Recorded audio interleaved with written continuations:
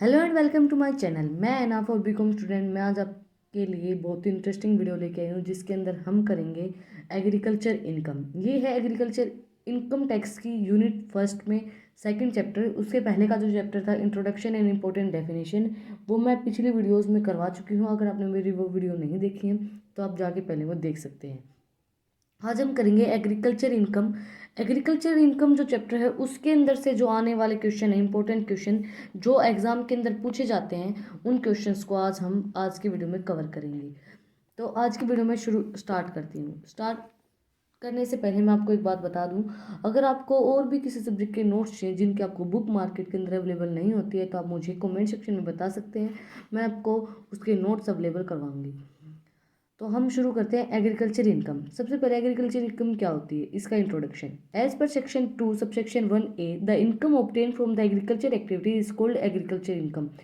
Agriculture income वो income होती है जो हम एग्रीकल्चर एक्टिविटी करते हैं, उनसे हमें जो इनकम ऑब्टेन होती है उसको बोलते हैं एग्रीकल्चर इनकम। जो एग्रीकल्चर का काम करते हैं, जो एग्रीकल्चर का काम करते हैं, जो फार्मर्स हैं, वो जो उनसे जो वो इनकम ऑब्टेन करते हैं उसको बोलते हैं एग्रीकल्चर इनकम। एग्रीकल्चर इनकम जो होती है वो कम्प्लीटली टैक्स के अंदर नहीं आती है। The agriculture income is completely tax free होती है, वो उसके वो टैक्स के अंदर नहीं आती है। But since assessment year 1974 to 1975 the agriculture income is added to taxable income. मतलब टैक्सेबल इनकम के अंदर वो ऐड कर दी गई थी। On later on a tax rebate is given on agriculture income. The capital gain received due to transfer of agriculture land is not an agriculture income. A detailed explanation of agriculture income has been present in chapter। मतलब वो जो agriculture income है, agriculture income जो capital gain हुआ है transfer to agriculture income land and not an agriculture income. इसके अंदर बताया जाएगा अभी इस चैप्टर के अंदर कि कब आपकी जो एग्रीकल्चर इनकम है वो टैक्स के अंदर आएगी और कब नहीं आएगी। ठीक है, तो हम करेंगे अब एग्ज़ाम के अंदर आने वाले क्वेश्चन जो एग्ज़ाम के अंदर पूछे जाते हैं इनकम टैक्स के अंदर, इस चैप्टर के अंदर से। मैं आपको सिर्फ थ्योरी के क्वेश्चन करवाऊंगी जो एग्ज़ाम के अंदर पूछे जाते हैं, क्योंकि प्रैक्टिकल के क्वेश्चंस के अंदर बहुत लंबी वीडियो हो जाती है और प्रैक्टिकल क्वेश्चन ऐसे वीडियो के अंदर समझ में भी नहीं आते, और जो थ्योरी है वो आसानी से कवर हो जाती है। तो इन वीडियोस के द्वारा तो आपको जो भी थ्योरी मतलब पूछनी है, थ्योरी करनी है, वो मैं आपको पूरी जितनी भी थ्योरी होगी एग्रीकल्चर इनकम की या इनकम टैक्स से रिलेटेड, मैं वो सारी आपको करवाऊंगी। तो आज हमारा पहला क्वेश्चन है, what do you mean by agriculture income. Agriculture income क्या होती है, explain the necessary provision regarding it. जो नेसेसरी प्रोविजंस हैं उसके रिगार्डिंग वो पूछे गए हैं। ये जो क्वेश्चन है ये केयू यूनिवर्सिटी के अंदर 2011 9 7 6 2 सब के अंदर आया हुआ है। उसके बाद है, और में क्वेश्चन दे देते हैं इसके। For the computation of tax agriculture income is included in total income. ये एमडी यूनिवर्सिटी और केयू यूनिवर्सिटी के अंदर पूछा गया है। इसके बाद write a note on agriculture income. Write a मतलब एग्रीकल्चर इनकम क्या होती है उसके ऊपर वही शॉर्ट नोट। मतलब इन क्वेश्चंस को घुमा फिरा के पूछा गया है कि एग्रीकल्चर इनकम क्या होती है, व्हाट इज एग्रीकल्चर इनकम, या फिर what do you mean by agriculture income, explain the computation of agriculture income. Same चीज़ें पूछी गई हैं K U and M D university के अंदर। मतलब जो भी यूनिवर्सिटी होती है और ये उससे भी मतलब जो ये के यूनिवर्सिटी और एम डी यूनिवर्सिटी हैं, इनके जो एग्ज़ाम के क्वेश्चन हैं ये मैं आपको करवा रही हूँ। तो हम स्टार्ट करते हैं। इसका आंसर है, according to section 10 subsection 1 of the agriculture income is exempt from tax. Section 10 के अकॉर्डिंग, सबसेक्शन 1 के अकॉर्डिंग जो एग्रीकल्चर इनकम होती है वो एग्जाम्प्ट की गई है टैक्स से। But as per section 2 subsection A1 agriculture income is divided into 4 category. जो एग्रीकल्चर इनकम होती है वो 4 कैटेगरी के अंदर डिवाइड की गई है। रेंट और रेवेन्यू रिसीव्ड फ्रॉम लैंड। जब हमें रेंट और रेवेन्यू मिला है लैंड से, एनी रेंट और revenue received is said to an agriculture income if he derive from land. इसका मतलब रेंट और रेवेन्यू क्या होता है, रेंट या तो हमें मतलब जो किराया है वो मिला है। रेवेन्यू का मतलब क्या होता है, जैसे ये नहीं बोलते कि हमने हमारा जो खेत है वो लीज पे दे दिया है, मतलब कोई और काम कर रहा है और आपको उसका जो मतलब कुछ परसेंट आपको हिस्सा देगा, वो उसको बोलते तो है मतलब ठेके पे दे दिया है। जो गांव में लैंग्वेज यूज़ करते हैं कि हमने ठेके पे दे दिया, लीज पे दे दिया है, तो उसके अकॉर्डिंग। तो ये कब होता है रेंट और रेवेन्यू हमें जब रिसीव्ड होता है, तो which is situated in India, जो हमारी लैंड है वो अगर इंडिया के अंदर सिचुएटेड है और उसका रेंट हमें मिल रहा है, या फिर is received for agriculture purpose, is used for agriculture purpose, या फिर जो हमारी वो लैंड है वो एग्रीकल्चर पर्पज़ के लिए यूज़ की जा रही है, खेती बाड़ी उसके ऊपर की जा रही है।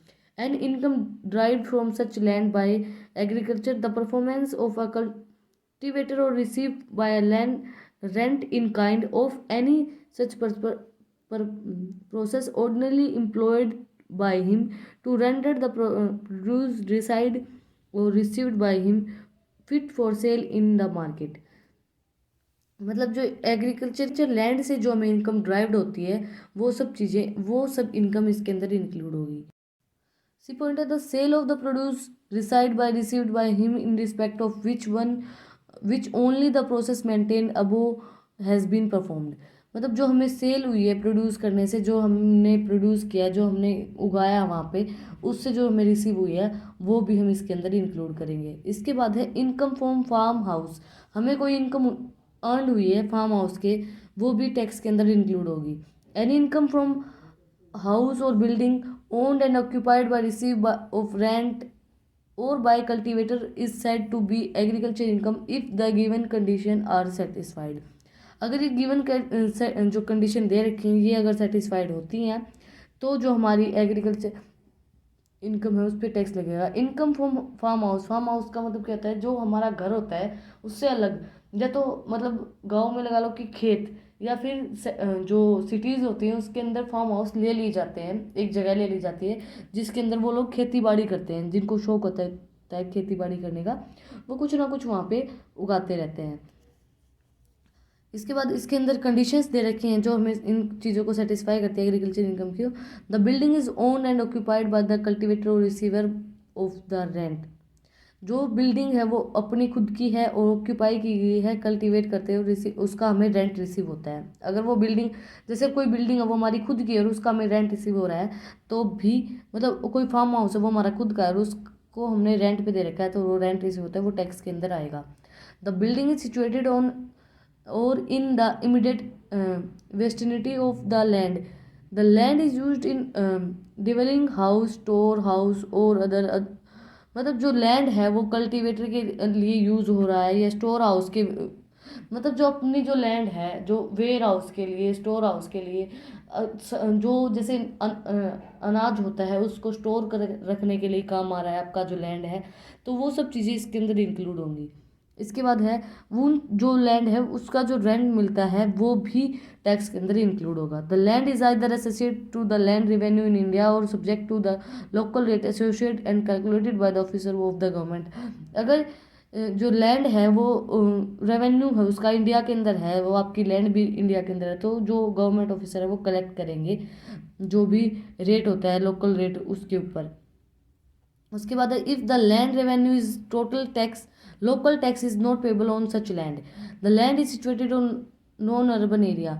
उस किस लैंड के ऊपर टैक्स नहीं दिया जाता, जो नॉन अर्बन एरिया के अंदर जो लैंड है, जैसे कि मतलब ऐसे ही बंजर जो भूमि पड़ी है उसके ऊपर अगर कुछ हो भी रहा है तो उसका जो टैक्स है उसका टैक्स नहीं भरा जाएगा।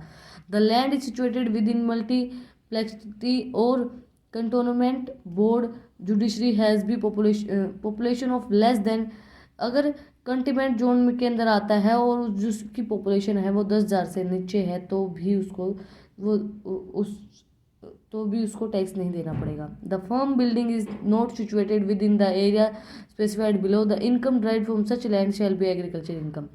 कोई फर्म की बिल्डिंग है वो सिचुएटेड उस एरिया के अंदर सिचुएटेड नहीं है स्पेसिफाइड बिलो के अंदर, द इनकम ड्राइव अगर उससे कोई इनकम अर्न होती है वो भी एग्रीकल्चर इनकम के अंदर इंक्लूड होगी।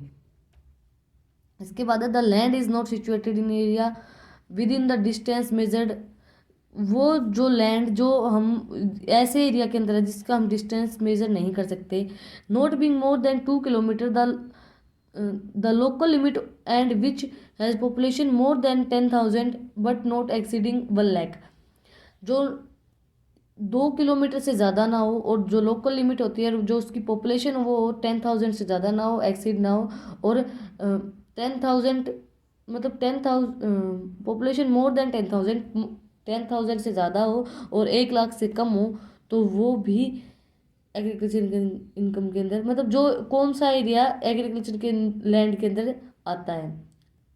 उसके बाद not being more than 6 kilometre, या तो 6 किलोमीटर से ज़्यादा ना हो, लोकल लिमिट जो होती है हमारी 6 kilometre, and which has population is more than 1 lakh, जिसकी पॉपुलेशन 1 लाख से ज़्यादा ना हो, 1 लाख हो, जिसकी पॉपुलेशन 1 लाख से ज़्यादा हो, but not exceeding 10 lakh, but वो 10 लाख से ज़्यादा ना हो, 1 लाख से ज़्यादा और 10 लाख से ज़्यादा ना हो। पहले वाले में क्या था, 10,000 हो, 10,000 से तो ज़्यादा हो और 1 लाख से कम हो। सेकंड के पॉइंट के अंदर क्या है, 1 लाख से ज़्यादा हो और 10 लाख से कम हो।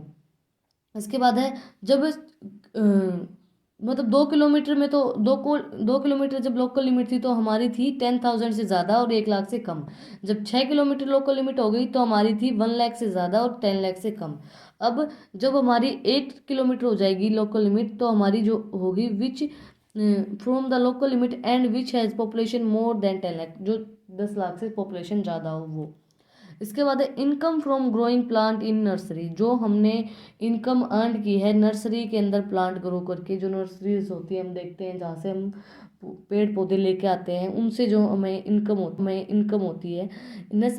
Income derive from sale of small plants grow from small plants और सीड्स इन नर्सरी। इनकम होती है जिनसे जो स्मॉल प्लांट्स ग्रो किए जाते हैं नर्सरी के अंदर, छोटे छोटे फूल पौधे, बहुत अच्छी अच्छी सुंदर सुंदर नर्सरी आती है जिनके अंदर मतलब रोज़ के जो फ्लावर्स हैं और भी बहुत से फ्लावर्स होते हैं, तो वो जो ग्रो की जाते हैं उनसे जो उनको सेल करके जो इनकम अर्न होती है वो income. Hence, any income shall be treated as agriculture income only when it is directly receive from agriculture. वही इनकम एग्रीकल्चर इनकम के अंदर आएगी जो डायरेक्टली रिसीव हो रही है एग्रीकल्चर से, जो डायरेक्टली फार्मिंग कर रहे हैं लोग, उनसे जो इनकम अर्न हो रही है वही एग्रीकल्चर इनकम के अंदर इंक्लूड होगी। For example, remuneration as manager of an agriculture from dividing dividend from a company engaged in agriculture are treated as non-agriculture income and hence not exempted. So that agriculture income includes above maintained factors. जो agriculture income होती है वो सब above maintain जो भी हमने factors बताए उनको इंक्लूड करती है। Apart from particular agriculture income has also been considered will calculating income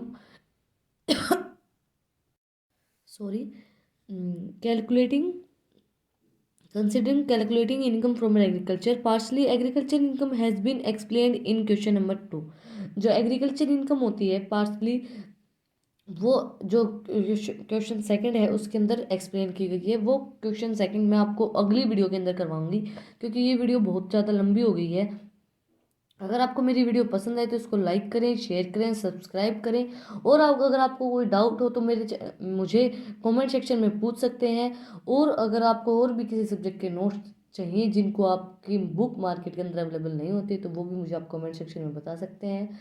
please like share and subscribe my channel. Thank you for watching my video.